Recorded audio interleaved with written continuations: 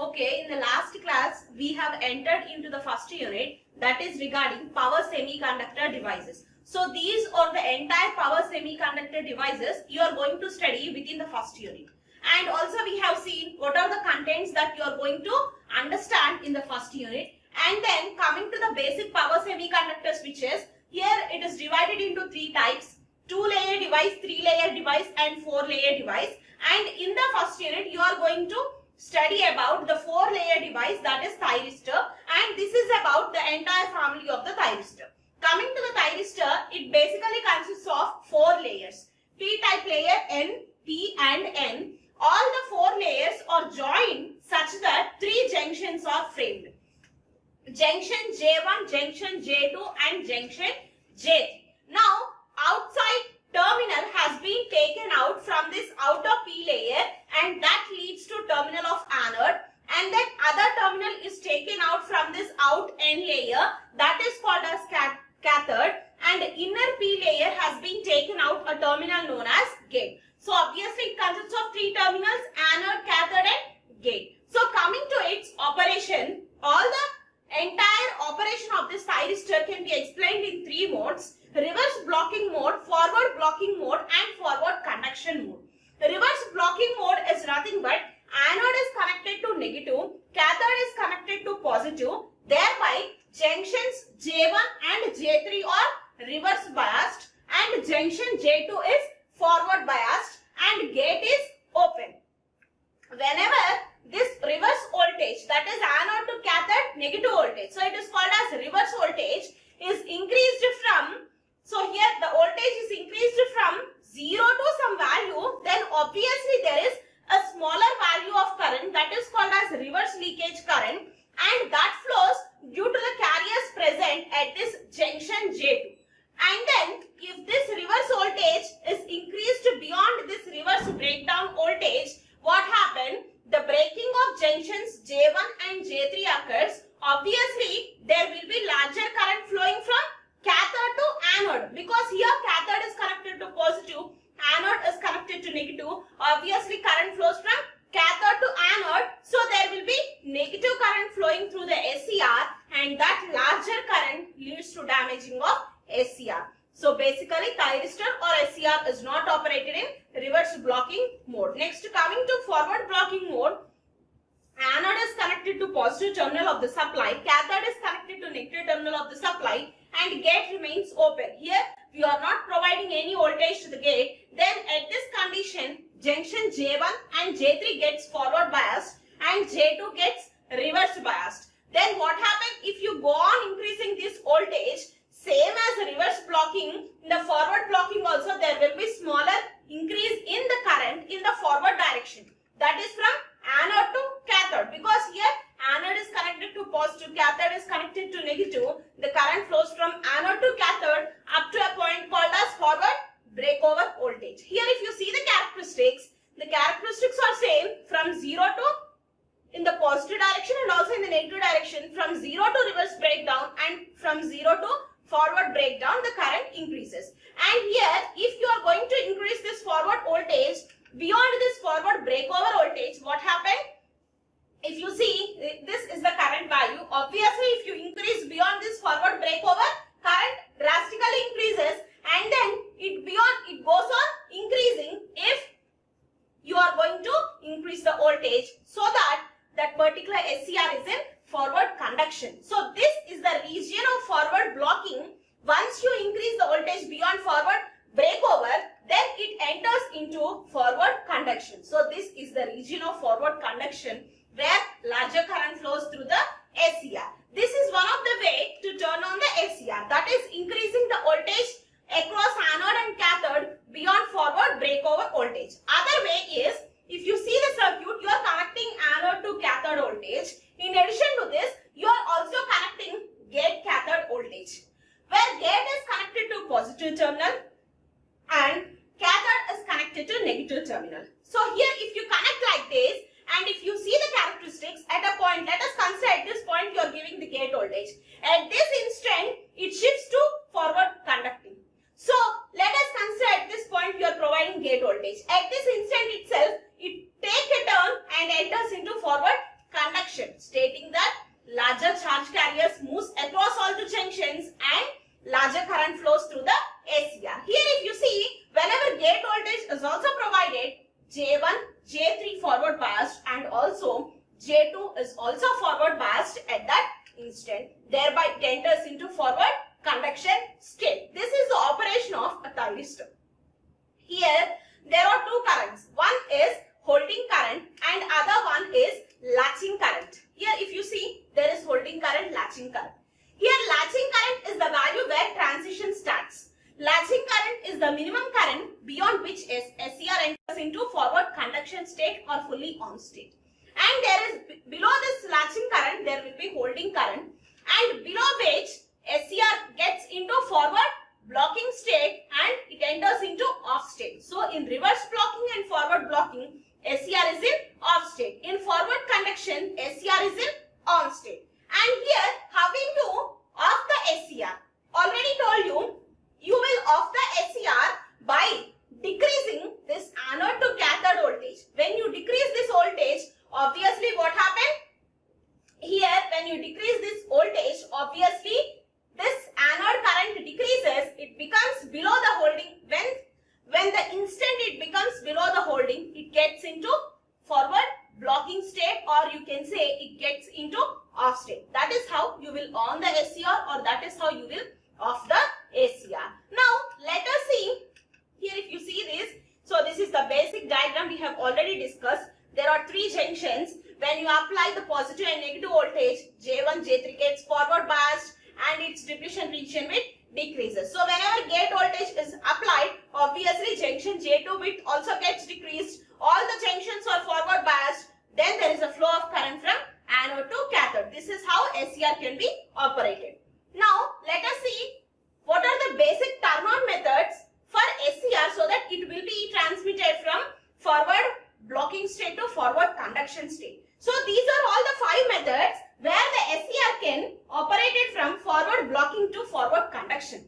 I have already discussed 2 methods. One of the method is applying its voltage beyond forward breakover voltage, and other method is applying the gate voltage between gate and cathode. So let us again discuss forward voltage triggering. What is forward voltage triggering? This is the basic SCR where you are connecting anode to positive terminal of the supply, cathode to negative terminal of the supply. And if the voltage goes on increasing, there will be smaller current. Here junction J1 is forward biased and also J3 is forward biased. But J2 is reverse biased. Its width will be very high.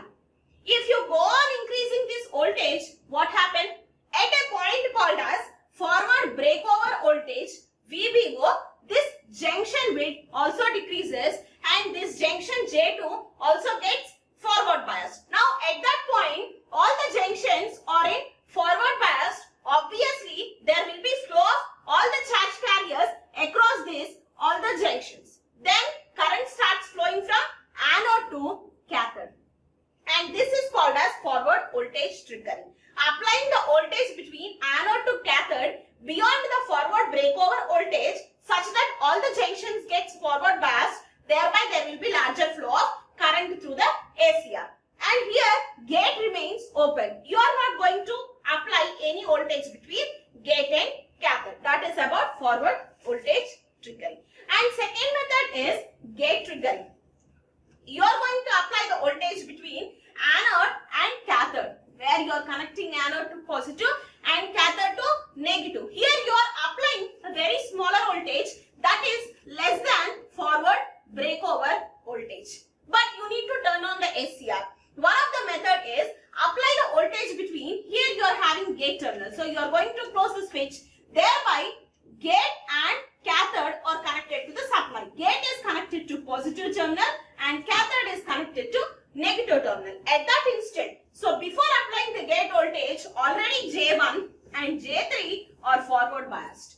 When you apply this voltage, then obviously J2 is forward biased because here P is connected to positive. Then that gets repelled. Then all the charge carriers start moving across this junction, and also across this junction J2 gets forward biased. When all the 3 junctions get forward biased, there will be movement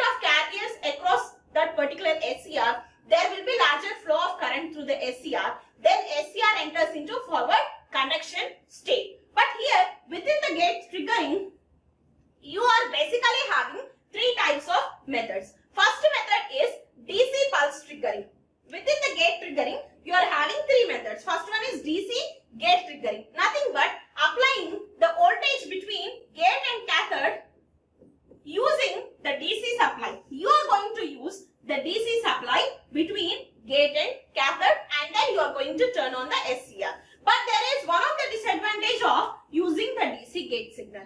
That is, here you are applying continuous signal. Suppose your SCR, you are going to apply this voltage, your SCR may get turned on at this instant itself. After that instant, you don't require this voltage between gate and cathode. But here you are applying the voltage that leads to losses across gate and cathode terminal. That is one of the disadvantages of this DC gate triggering, or applying the DC signal between gate and cathode. So second method is AC gate triggering. You are going to apply the AC voltage or AC signal between gate and cathode. What happens if you apply the AC gate voltage?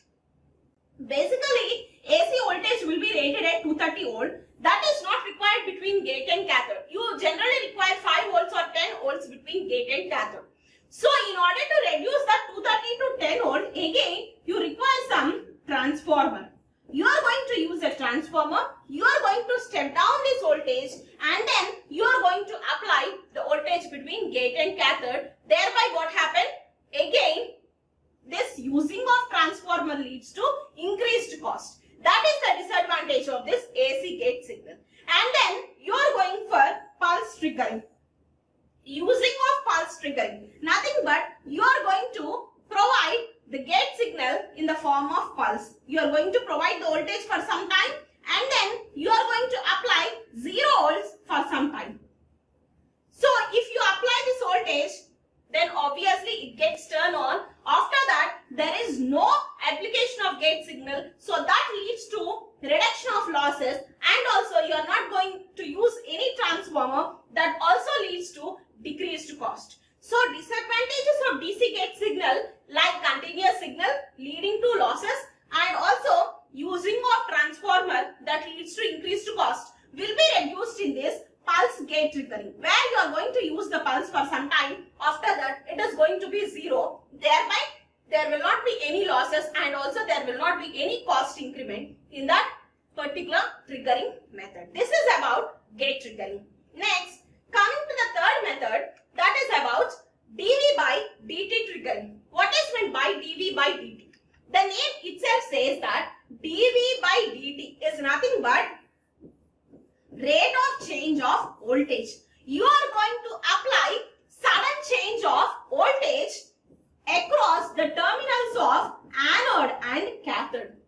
You are going to apply sudden larger voltages across anode and cathode, so that what happens? Here if you see, this is the basic equivalent circuit of SCR, which will be discussed later. But here if you see, all the 3 junctions acts as capacitor, because around the 3 junctions you will be having charge carriers. So whenever you are having charge carriers, obviously that particular junction acts as capacitor. So when you apply larger change in voltage across that junction capacitor, then there will be larger current through that particular junction. Whenever there is a larger current through that particular junction, which is reverse biased, becomes into forward biased. Then SCR, for SCR, all the 3 junctions are forward biased. Then it enters into on state. So dV by dt is nothing but positive gate voltage will be applied. It can be applied, or else dV by dt is nothing but voltage ramp is applied between anode to cathode. Voltage ramp is nothing but sudden larger voltage is applied between this anode and cathode terminal. Then there will be larger voltage across the junction J2, then there will be larger current, thereby it gets into turn on state. This is the third method where you can on your SCR. And then fourth method is temperature triggering. You are going to increase temperature of the junction. Already here junction J2 is reverse biased, and junction J1, J3 are forward biased, because junction J1 and J3 are forward biased by applying the voltage between anode and cathode, and you are not providing any gate voltage, so J2 is reverse biased.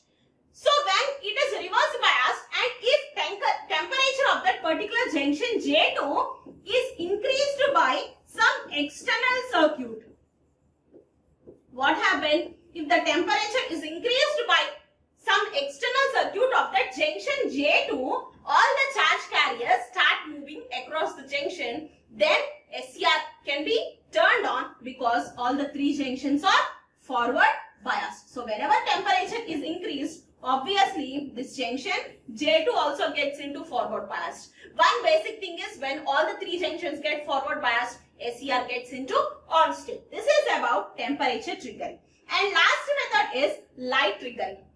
So whenever, this is the example of light triggering. So here if you see, between anode and cathode again you are applying positive voltage. In addition to that, here at junction J2 you are going to provide some beam of light. You are going to inject light at the junction J2. Then what happens? Injection of light leads to photons. Injection of photons into that junction. Whenever all the photons enter into that particular junction, what happens? Excess hole and electron pair gets created within that junction. Extra hole and electron pair get generated across this junction due to the generation of photons that happens due to the injection of light. Obviously, whenever there is excess hole electron pairs, all the charge carriers start moving across the junction, then it will be forward biased. Then all the three junctions are forward biased and SCR enters into turn on state. This is about light triggering. So whenever beam of light is passed into this junction J2, all the photons get entered into the junction, electron hole pair get generated, SCR enters into on state. So these are all the 5 triggering methods or these are all 5 turn on methods for turning on the SCR or for making all the 3 junctions forward biased. Forward voltage triggering, applying the voltage between anode and cathode beyond breakover voltage. Gate triggering, applying the voltage between anode and cathode less than breakover, and also applying the voltage between gate and cathode beyond gate and cathode so that it will enter into turn on state. And then dV by dt triggering. Application of larger change in the voltage across anode and cathode such that that junction behaves as a capacitor. Thereby, if larger change in the voltage is applied, that current through that particular junction increases. Obviously, it enters into turn on state. And then fourth method is temperature triggering. You are going to provide or you are going to increase the temperature of junction J2 such that it enters into forward conduction. And last method is light triggering. You are going to inject some light across this junction so that what happened? All the charge carriers, all the whole electron pairs get injected into that particular junction. Thereby what happened? That particular junction J2 comes into forward biased state. Thereby all the 3 junctions gets into turn on state and SCR can be turned on. So this is about the turn on methods of SCR. Turn on methods of SCR. So till now we have seen what is the basic operation of SCR. How the basic operation is going to be happened in 3 modes, that is reverse blocking mode, forward blocking mode and forward conduction. And then in reverse blocking all the junctions J1 and J3 gets reverse biased, J2 gets forward biased. In forward blocking J1, J2 gets forward biased, J2 gets reverse biased. In forward conduction, that is application of gate or application of forward voltage between anode and cathode beyond the forward breakover, thereby all the 3 junctions get forward biased. This is the operation. This is the static VI characteristics of SCR, and here up to forward breakover and up to reverse breakdown the characteristics are same, and then this shows the entire operation of that particular SCR, and these are the basic turn on methods of SCR like forward voltage, gate. Within the gate you are having 3 methods: DC gate pulse, AC gate pulse and DC gate triggering, AC gate triggering and pulse triggering, dV by dt, temperature and light. This ends turn on methods.